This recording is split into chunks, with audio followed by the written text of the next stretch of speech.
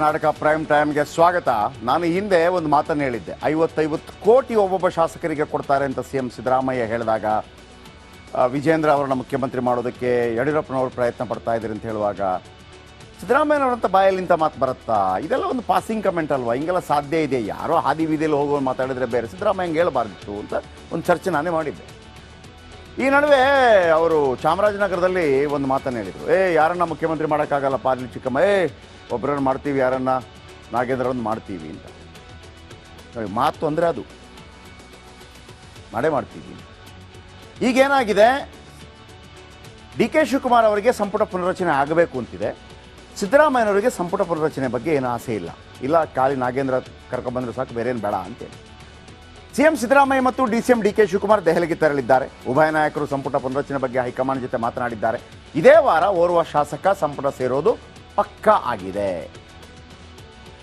ಈ ನಡುವೆ ಈ ಡಿ ಕೆ ಶಿವಕುಮಾರ್ ಅವರ ಟೀಮ್ದು ಒತ್ತಡ ಜಾಸ್ತಿ ಆದಾಗ ಒಂದು ಮಾಸ್ಟರ್ ಪ್ಲಾನ್ ಸಿದ್ದರಾಮಯ್ಯ ಮಾಡಿದ್ದಾರೆ. ಅದನ್ನು ಹೇಳ್ತೀನಿ ಈ ರಿಪೋರ್ಟ್ ಆದ ನಂತರ. ನೋಡಿ,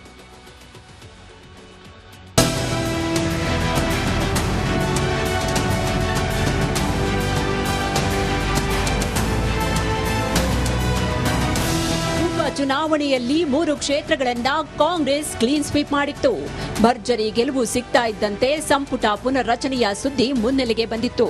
ಅದಕ್ಕೆ ಪುಷ್ಟಿ ನೀಡುವಂತೆ ರಾಜ್ಯ ನಾಯಕರು ಮಾತನಾಡಿದ್ರು.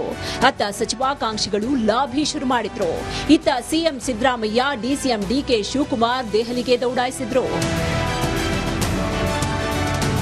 ದೆಹಲಿಯಲ್ಲಿ ಹೈಕಮಾಂಡ್ ನಾಯಕರು ಸಭೆ ನಡೆಸಿದ್ರು.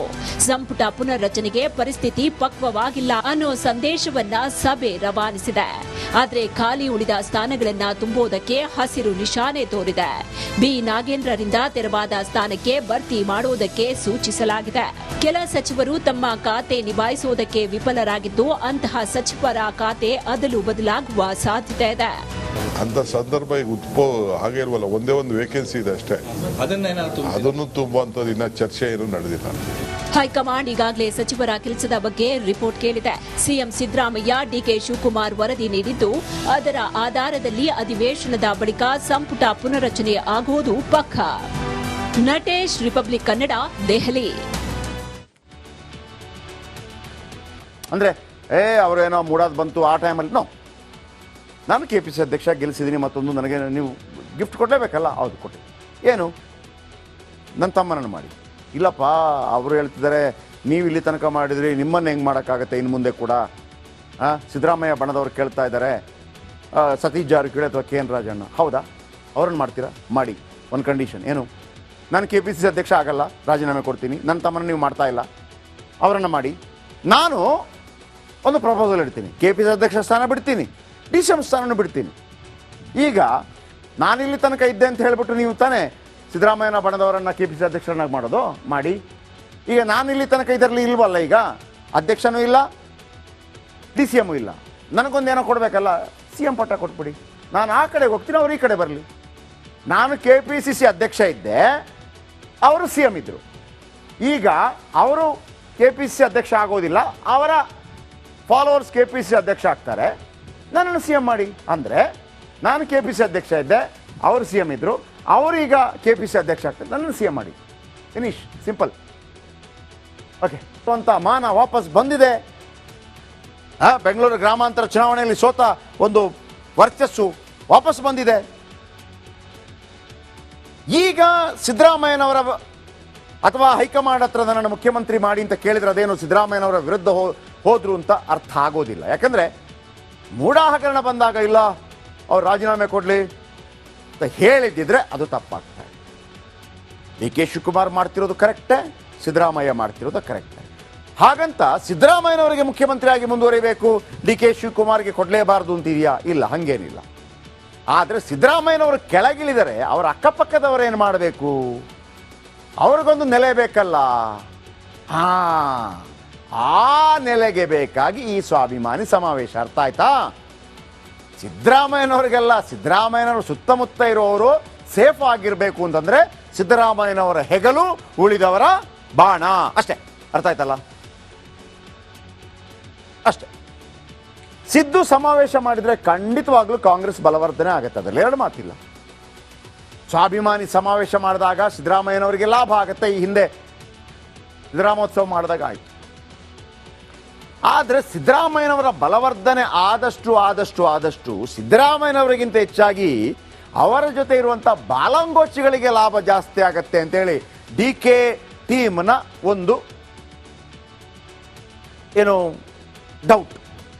ಹಾಗಾಗಿ ಸಿದ್ದರಾಮಯ್ಯನವರ ಈ ಸ್ವಾಭಿಮಾನಿ ಸಮಾವೇಶದ ಮೂಲಕ ಬಲವರ್ಧನೆಗೆ ಡಿ ಕೆ ಶಿವಕುಮಾರ್ ಬಣಕೆ ಇಷ್ಟವಿಲ್ವಾ? ಏನೇ ಮಾಡಿ ಆದರೂ ಕಾಂಗ್ರೆಸ್ ಪಕ್ಷದ ಬೆಳವಣಿಗೆಗೆ ಮಾಡಿ, ಅಂದರೆ ಕಾಂಗ್ರೆಸ್ ಪಕ್ಷದ ಅಂಡರಲ್ಲಿ ನಡೀಲಿ, ಪ್ರೈವೇಟ್ ಆಗಿರೋದು ಬೇಡ. ಇದು ಪ್ರೈವೇಟ್ ಥರ ನಡೀತಾ ಇದೆ, ಅಂದರೆ ಸಿದ್ದರಾಮಯ್ಯನವರ ಅಭಿಮಾನಿಗಳು ಮಾಡ್ತಾ ಇದ್ದಾರೆ ಅನ್ನೋಂಥ ರೀತಿಯಲ್ಲಿ ಡಿ ಕೆ ಶಿವಕುಮಾರ್ ಹೇಳೋದು ಅಕ್ಷರಶಃ ಕರೆಕ್ಟ್. ಕಾಂಗ್ರೆಸ್ನಲ್ಲಿ ವ್ಯಕ್ತಿ ಪೂಜೆ ಬೇಡ ಅಂತ ಡಿ ಕೆ ಶಿ ಹೇಳ್ತಾರೆ.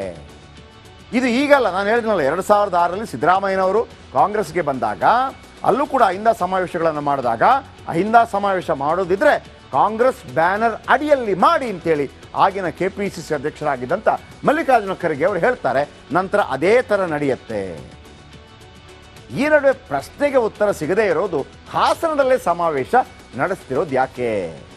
ಹಾಸನ ಸಮಾವೇಶದಿಂದ ದೊಡ್ಡ ಗೌಡರಿಗೆ ಟಕ್ಕರ್ ಕೊಡ್ತಾರಾ? ಕೊಟ್ಟು ಏನು ಮಾಡಬೇಕಾಗಿದೆ ನೀವು? ಅಲ್ಲಿ ಆಲ್ರೆಡಿ ಕಾಂಗ್ರೆಸ್ MP ಇದ್ದಾರೆ.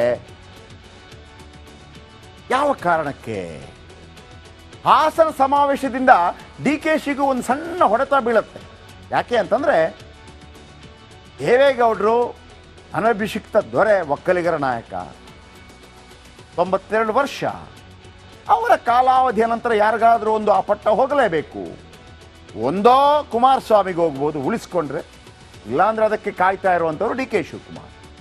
ಹಾಗಂತ ಒಕ್ಕಲಿಗರೇನು ದೇವೇಗೌಡರ ಫ್ಯಾಮಿಲಿಗೆ ಅಂತ ಬರ್ಕೊಟ್ಟಿಲ್ಲ ಅಲ್ವಾ, ಅಥವಾ ಡಿ ಕೆ ಶಿವಕುಮಾರ್ ಫ್ಯಾಮಿಲಿಗೆ ಅಂತ ಬರ್ಕೊಟ್ಟಿಲ್ಲ. ಅವರಿಗೆ ಯಾರು ಕರೆಕ್ಟ್ ಅಂತ ಅನ್ಸುತ್ತೆ ಅವರ ಹಿಂದೆ ಹೋಗ್ತಾರೆ. ಕುಮಾರಸ್ವಾಮಿಯನ್ನು ಗೆಲ್ಲಿಸಿದ್ದಾರೆ, ಡಿ ಕೆ ಶಿವಕುಮಾರನ್ನು ಗೆಲ್ಲಿಸಿದ್ದಾರೆ. ಕುಮಾರಸ್ವಾಮಿ ಅವರನ್ನು ಸೋಲಿಸಿದ್ದಾರೆ, ಡಿ ಕೆ ಶಿವಕುಮಾರ್ ಅವರನ್ನು ಸೋಲಿಸಿದ್ದಾರೆ. ಆದರೆ ಡಿ ಕೆ ಶಿವಕುಮಾರ್ಗೆ ಇರುತ್ತಲ್ಲ, ಹಾಸನ ನೆಕ್ಸ್ಟ್ ನನ್ನ ಬೆಲ್ಟ್ ಆಗಬೇಕು ಅಂತಿರುತ್ತಲ್ಲ, ಒಕ್ಕಲಿಗರ ಬೆಲ್ಟ್, ರಾಮನಗರ ಪಕ್ಕ. ಹಾಗಾಗಿ ಹಾಸನ ಅಂದರೆ ಒಕ್ಕಲಿಗರ ಹೆಚ್ಚಾಗಿರೋ ಬೆಲ್ಟ್. ದೇವೇಗೌಡರ ಜೊತೆ DKಶಿಯನ್ನು ಕೂಡ ಟಾರ್ಗೆಟ್ ಮಾಡ್ತಾರಾ? ಇದು ರಾಜಕೀಯ ವಲಯದಲ್ಲಿ ಚರ್ಚೆ ಆಗ್ತಾ ಇರೋದು.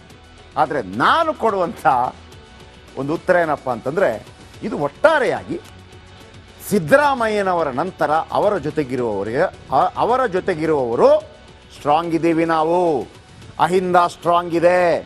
ಸಿದ್ದರಾಮಯ್ಯನವರು ಒಂದು ವೇಳೆ ಮುಖ್ಯಮಂತ್ರಿ ಪಟ್ಟದಿಂದ ಕೆಳಗಿಳಿದಾಗ ನಮ್ಮನ್ನು ಕೂಡ ಚೆನ್ನಾಗಿ ನೋಡ್ಕೊಳ್ಳಿ, ಇಲ್ಲದಿದ್ದರೆ ಅಷ್ಟೇ ಮುಂದೆ